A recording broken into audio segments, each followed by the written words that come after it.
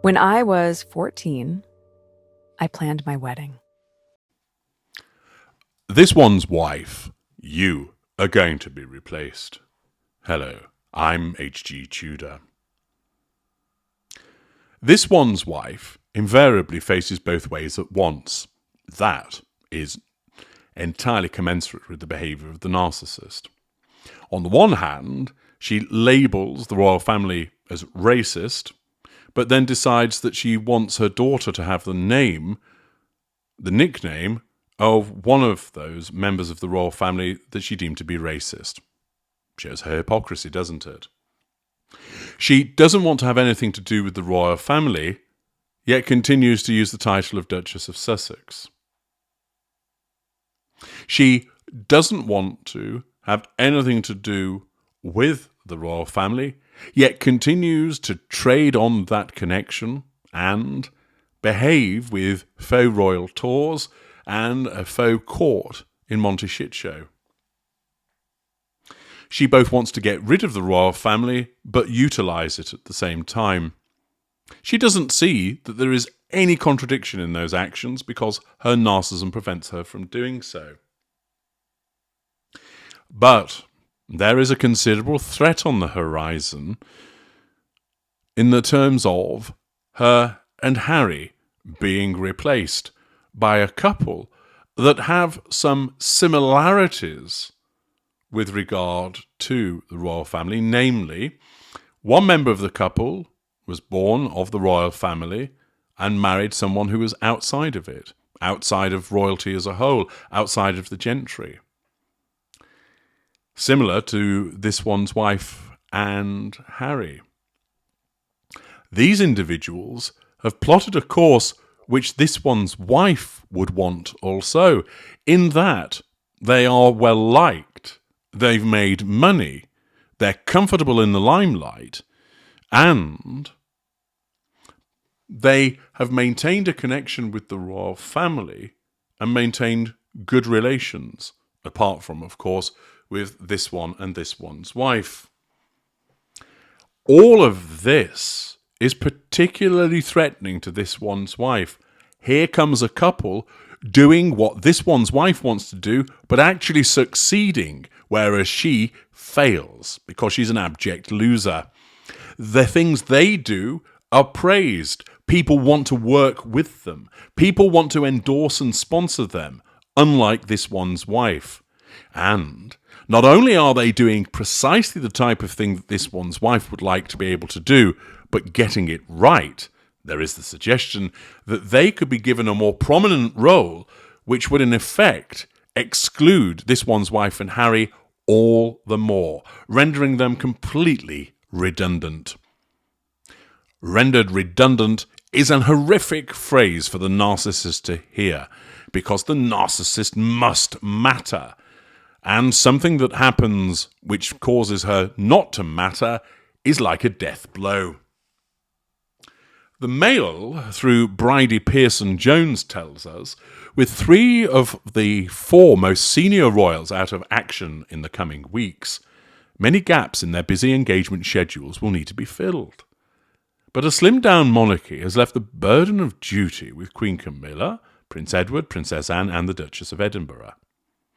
Many royal watchers will now be looking at the non-working Windsors to step up the mantle, as Prince William stays by his wife's side while she recovers from abdominal surgery and Charles undergoes an operation for an enlarged prostate.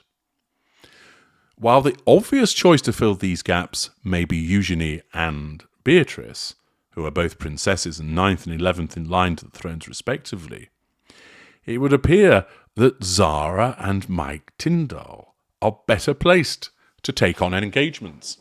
The couple who live together on Princess Anne's Gatecombe estate in Gloucestershire already have a closeness with the Wales family, are very popular with the public, something this one's wife would love to be, and have been hailed by experts as bringing a bit of normality to the royal family.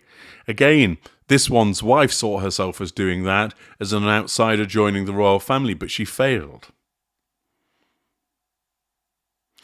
Both professional sports people, Their recent trip to Australia for the Magic Millions competition saw them receive a hugely positive reception internationally.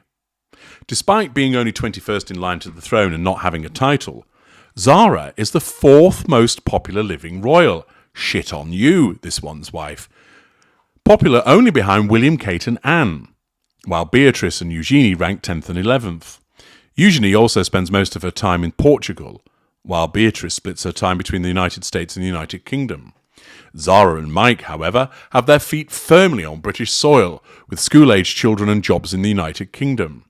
Giles Kenningham, founder of PR and public affairs consultancy Trafalgar Strategy, said that Zara and Mike are cementing themselves as the biggest earners in the royal family, as Harry and this one's wife have become tarnished. Zara and Mike are sports stars in their own right, so they have more clout than other members of the royal family. They've both earned millions from sponsorship deals. Ooh, can you hear this one's wife? Simmering fury coming to the fore like a boiling kettle. Yes, of course you can. And they've done this while staying close to the royal family. Perhaps it's time they traded in their deals for a role in the firm.